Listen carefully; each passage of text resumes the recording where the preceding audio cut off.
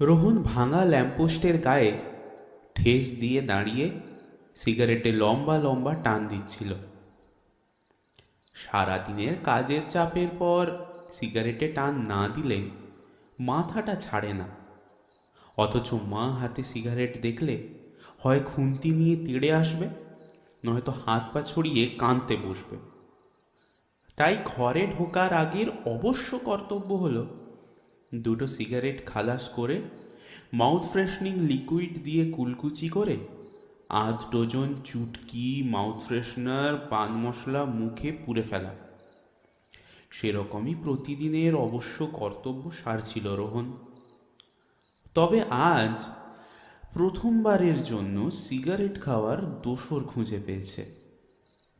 একটি ছেলে বহুক্ষণ ধরে একটি বিড়ির প্যাকেট থেকে একটার পর একটা বিড়ি খেয়েই যাচ্ছিল। চারটে বিড়ি নিঃশেষ করে নিজের বুক পকেট হাতড়াল। রোহন এক মনে লক্ষ্য করছে, সম্ভবত একটা সিগারেট বা চুরুট আছে। সম্ভবত জিনিসটাকে খুব শখ করে বাঁচিয়ে বাঁচিয়ে টানবে। রোহনের আন্দাজ কিন্তু মিলল না। পকেট হাতড়াবার পর কি ভেবে এগিয়ে এলো রোহনের দিকে।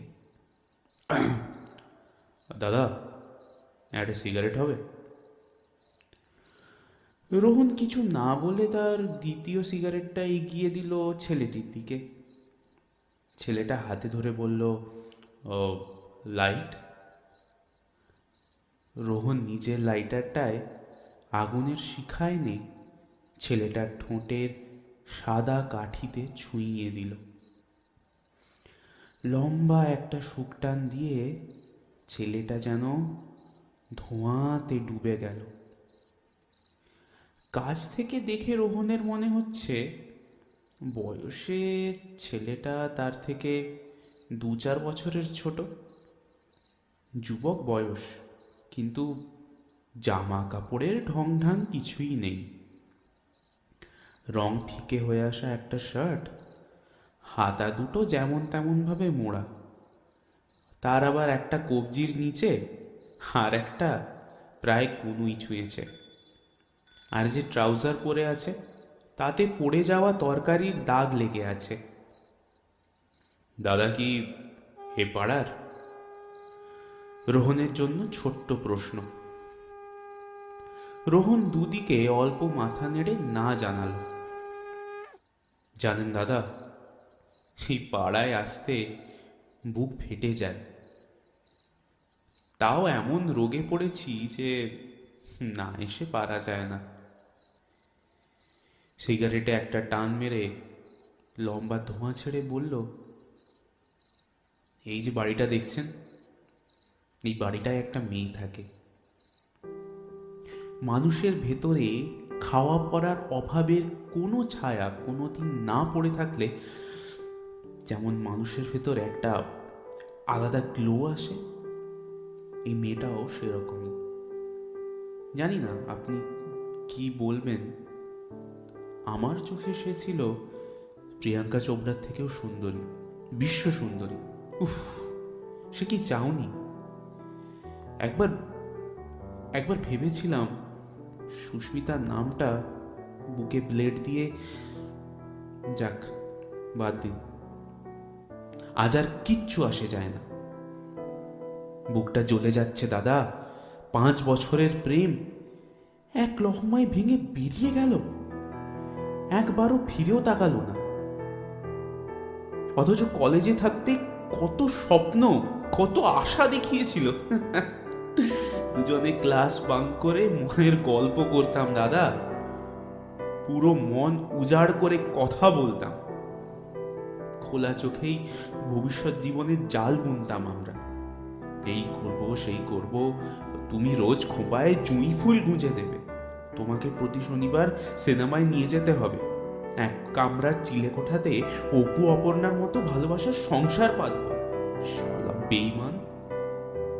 কলেজের থেকে বেরোবার পর টিউশন পড়িয়েছি, 1 বছর টাকা জমিয়ে মাস্টার্স করেছি।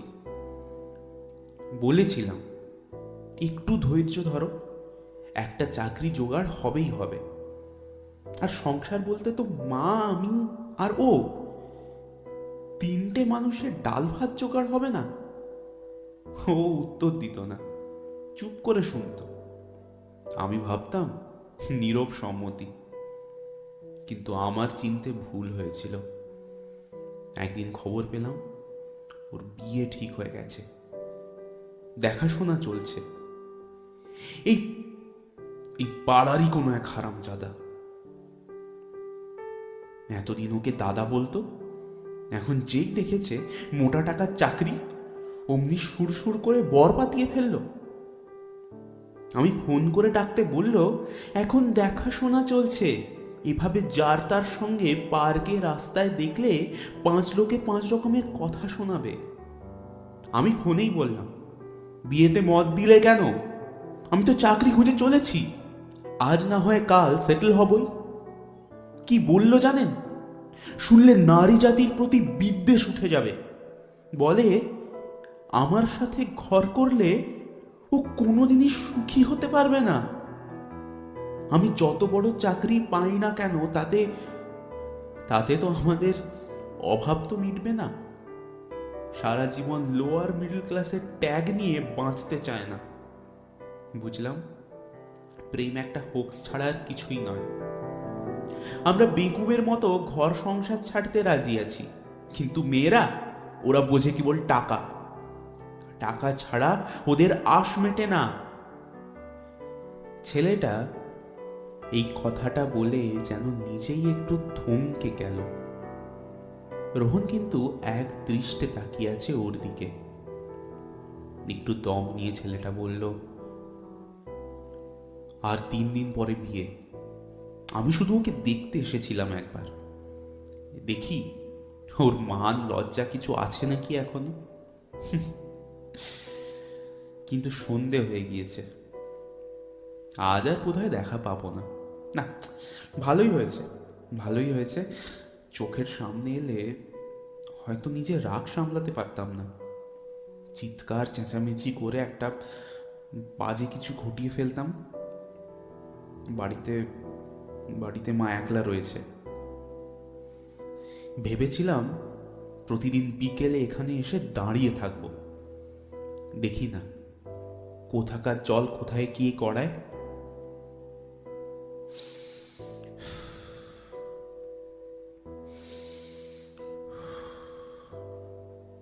কিন্তু আপনার সাথে আজ কথা বলে বেশ হালকা লাগছে। এতদিন বুকের মধ্যে যে পাথর বয়ে বেড়াচ্ছিলাম, সেটা একটু হলেও নেমে গিয়েছে। অন্ধকার বেশ ঘনিয়ে এসেছে। আজ ল্যাম্পপোস্টের বাল্বের জোর কম। মিটমিট করে যে আলো ছেলেটির মুখের ওপর পড়ছে, তাতে মুখটা দেখা যাচ্ছে না স্পষ্ট, কিন্তু ছেলেটার মুখের অসহায় ভাবটা যেন সেই গাঢ় অন্ধকারেও রোহনের চোখে ধরা দিল। যেন অনেক দূর থেকে একটা কাতর কণ্ঠ ভেসে এলো, দাদা, আপনাকে দেখে তো অফিস ফেরতা মনে হচ্ছে। আমার জন্যে আপনার অফিসে কোনো কাজ আছে? না, এখন পিয়নের কাজেও আমার আপত্তি নেই। দেখুন না একটু, দাদা, একটু দেখুন না। রোহন কিছু না বলে নিজের মানি ব্যাগ বের করলো, তারপর নিজের কার্ড বার করে ছেলেটার হাতে ধরিয়ে দিল। আশা, ভরসা, খুশি ছেলেটার গলায় খেলে উঠল যেন।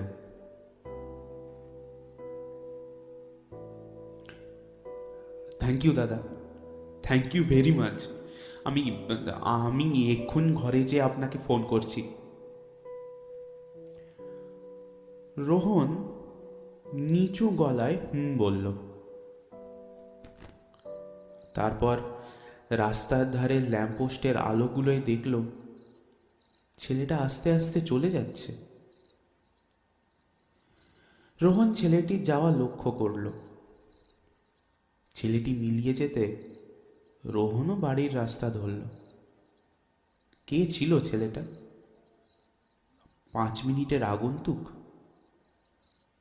যে গল্পটা বলল সেটার মধ্যে আদৌ কোনো সত্যি আছে, না পুরোটাই গাঁজাখুরি? না, কেউ নিজেকে নিয়ে কি মিথ্যে সাজিয়ে বলতে পারে? কিন্তু মানুষ নিজেকে ঠিক প্রমাণ করবে বলে অনেক সময় ঘটনা প্রবাহকে নিজের ভঙ্গিতে দেখে। আচ্ছা, না হয় 10 মিনিটের জন্য বিশ্বাস করাই যাক না। যদি সে বিশ্বাস করে, তাহলে ঘটনাটা কি অতীব বিশেষ, নাকি বাংলাদেশের প্রতি 5 জনের মধ্যে 4 জন যুবকের কাহিনী? এসব ভাবতে ভাবতে সে বাড়ি পৌঁছে গেল। পৌঁছতেই খেয়াল হলো রোহনের, এই রে, আজ আর মাউথ ফ্রেশনার কিছুই নেওয়া হয়নি।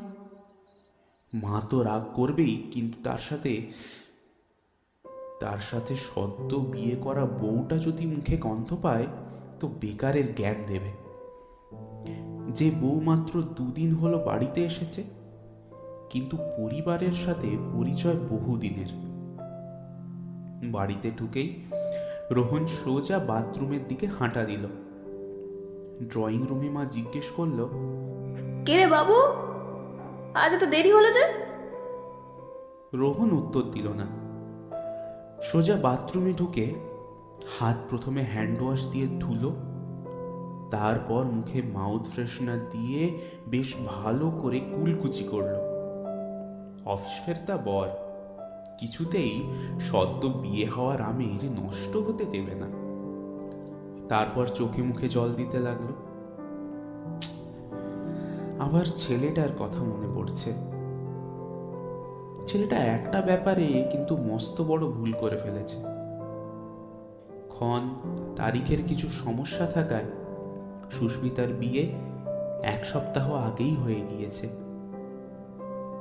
ছেলেটা হয়তো লক্ষ্য করেনি, কিন্তু বাড়িতে যে প্যান্ডেল বাঁধা ছিল তা আসলে খোলার জন্য প্রস্তুত করা হচ্ছে। কাল পরশুর মধ্যে খুলে দেবে।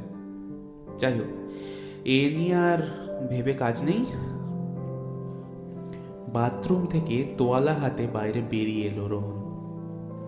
মুখ মুছতে মুছতে বেডরুমে ঢুকলো। তার নববিবাহিতা বধূ অপেক্ষা করে আছে তার জন্যে। বলল, আরে, ওটা আমার হাতে দাও, তুমি আবার এই ভিজে টাওয়েলটাকে বিছানায় রেখে দেবে। মৃদু হেসে রোহন তোয়ালা তার হাতে তুলে দিল। বউ দরজার বাইরে বেরোতে যাবে, অমনি সময় পেছন থেকে রোহন বলে উঠল, আচ্ছা সুস্মিতা, তুই কোন কলেজে পড়তিস যেন?